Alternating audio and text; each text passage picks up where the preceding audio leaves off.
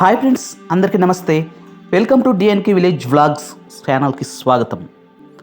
చూస్తున్నారు కదా ఫ్రెండ్స్, ఈరోజు మా ఇంట్లో అయితే జొన్న రొట్టె చేస్తున్నారు. చాలా చాలా టేస్టీగా ఉంటుంది. ఈ వీడియో చివరిదాకా చూడండి. ఎలా కలుపుకోవాలి, ఎలా కాల్చుకోవాలనే దానిపైన ఆ వీడియో చేస్తున్నాం చూడండి. ఫస్ట్ వచ్చేసి మనము జొన్న పిండి ఒక గిన్నెలోకి ఇలా తీసుకొని, జొన్న పిండిలోకి చల్లగుండే నీళ్ళు అయితే వేసుకోకూడదు.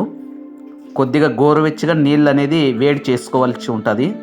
దాన్ని కొద్ది కొద్దిగా నీళ్ళు ఇలా పిండిలోకి వేసుకొని కలుపుకుంటూ ఉండాలి. ఉంటులు రాకుండా ఉండేదాకా బాగా కలపాలి పిండి అనమాట. చూస్తున్నారు కదా ఫ్రెండ్స్, పిండిని బాగా కలుపుకోవాలి మనము.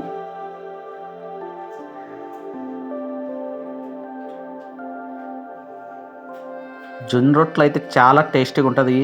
ఈ తరం వాళ్ళు అయితే తినేది తక్కువ. పూర్వం కాలంలో ఉండే పెద్దవాళ్ళు అయితే ఎక్కువ జొన్న రొట్టెలు, సద్ద రొట్టెలు, ఇలా ఉలవలు ఇలాంటివి తిని వాళ్ళు ఎంతో ఆరోగ్యవంతంగా ఉన్నారు. ఈ కాలంలో అయితే పూరి, దోశ, ఇడ్లీ అని మోజులో ఉన్నాం, కానీ అప్పట్లో తిండే వేరు. ఇలా బాగా కలుపుకోవాలి. వేడి నీళ్ళు పోసింది కూడా కొద్దిగా వేడిగా ఉంది.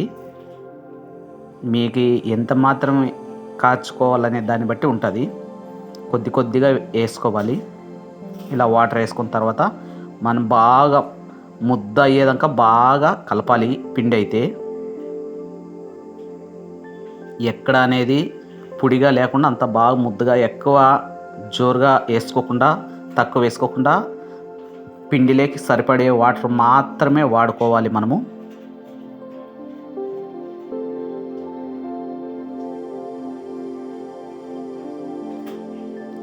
చూస్తున్నారు కదా ఫ్రెండ్స్, ఇలా బాగా కలపాలి పిండి.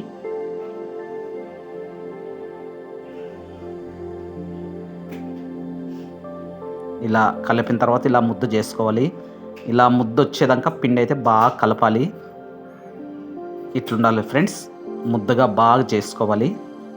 మనకి పిండి ఎంత చక్కగా కలుపుకుంటే రొట్టె చేసుకోవడానికి అంతగా చక్కగా వస్తాయి.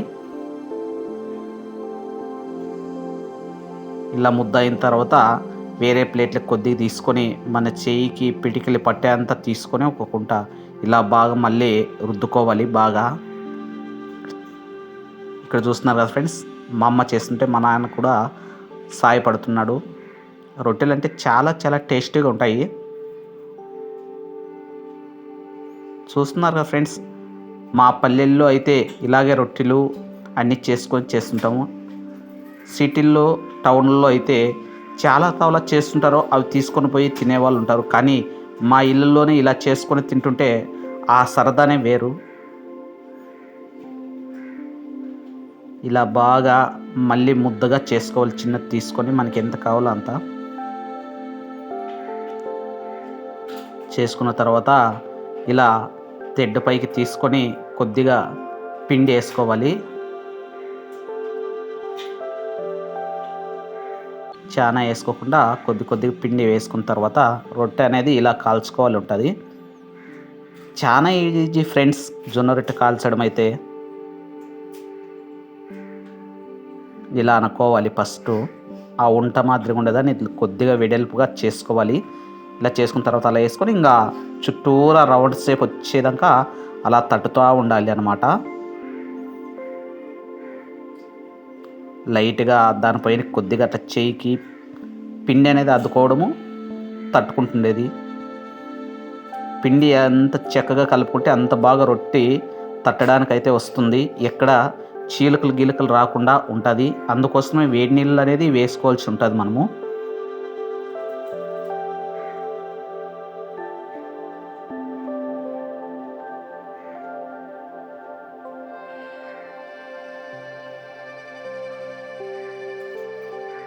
ఇప్పట్లో ఉండే వాళ్ళకైతే ఈ రొట్టె చేయడము పెద్ద సాహసమే అని చెప్పాలి.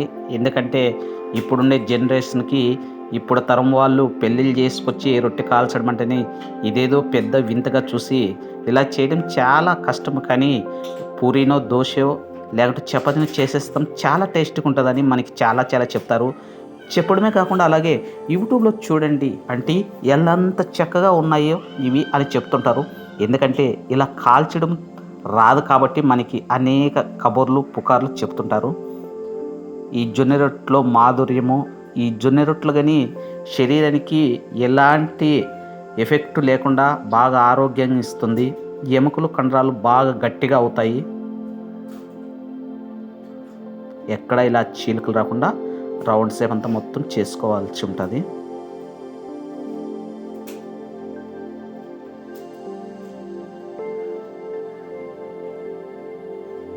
ఇలా అయిన తర్వాత ఇలా చేతిలోకి తీసుకోవాల్సి ఉంటుంది రొట్టి. అలా పెనంలోకి వేసేసి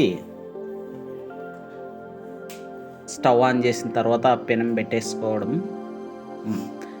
దానిపైన వేసేది ఎందుకని మా అమ్మ కిందకే పెనం తీసుకుని కిందే వేసి పెట్టేస్తుంది. మీరైతే ఆల్రెడీ స్టవ్ పైనే పెనం పెట్టేసి రొట్టె వేసుకోవచ్చు.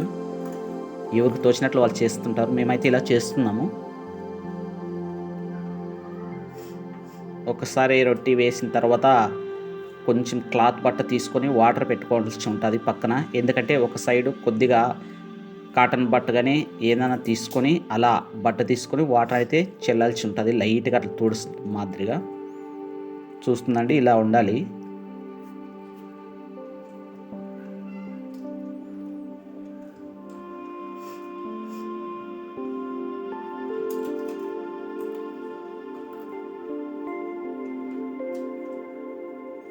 మీరుగా చూస్తుంటారు ఎప్పుడైతే ఇక్కడ మా నాన్న కూడా చేస్తున్నాడు చూడండి.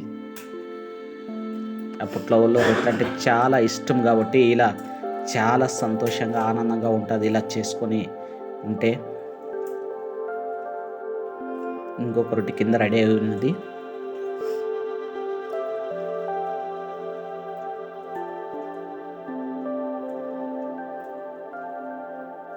ఇప్పుడైతే కొద్దిగా వేడైన తర్వాత ఇలా క్లాత్ తీసుకొని కాటన్ ఏమన్నా అట్లా వాటర్తో క్లాత్తో అలా చేసుకోవాలి.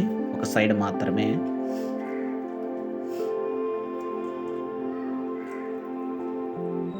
అలా ఎక్కడ వేలిది లేకుండా మొత్తం అంతా కవర్ చేయాలి. చేసిన తర్వాత ఒక సైడ్ ఆల్రెడీ కింద కాలినది కాబట్టి మనము రెండో సైడ్ అనేది చేసుకోవాలి. ఒక్కొక్కసారి ఇలా జరుగుతుంటుంది. ప్రతి ఒక్కరు కానీ ఇలానే జరుగుతుంటుంది కానీ కవర్ చేస్తుంటారు. మేమైతే పూర్తిగా చూపిస్తున్నాము. ఇక్కడ మా నాన్న అయితే చాలా రౌండ్ షేప్లో తట్టేసాడు రొట్టె అయితే.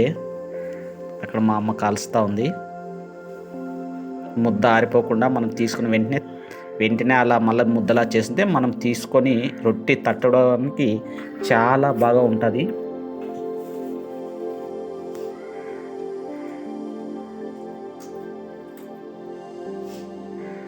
ఇట్లా బాగా ముద్దుగా ఉండాలి అన్నమాట. పిండి అయితే రొట్టె కాల్చుకోవడానికి చాలా టేస్టీగా ఉంటుంది.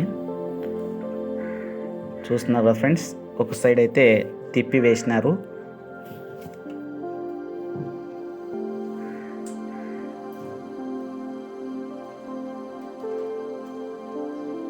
ఇంకా కాలాలనే తట్లుంది ఇప్పుడు.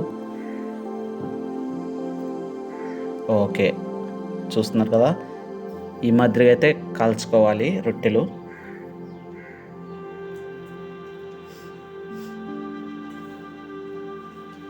ఒక్కసారి దీన్ని టేస్ట్ చేస్తే ఎప్పుడు కానీ చేసుకోవాలనిపిస్తుంటుంది. అంత టేస్టీగా ఉంటుంది జొన్న రొట్టెలు అయితే. మీరు కూడా ఈ వీడియో చూసే వాళ్ళు ట్రై చేయండి ఫ్రెండ్స్.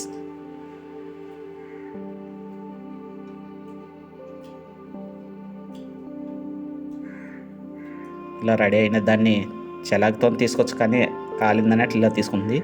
చూస్తున్నారు కదా, ఇలా కాలాలన్నమాట బాగా.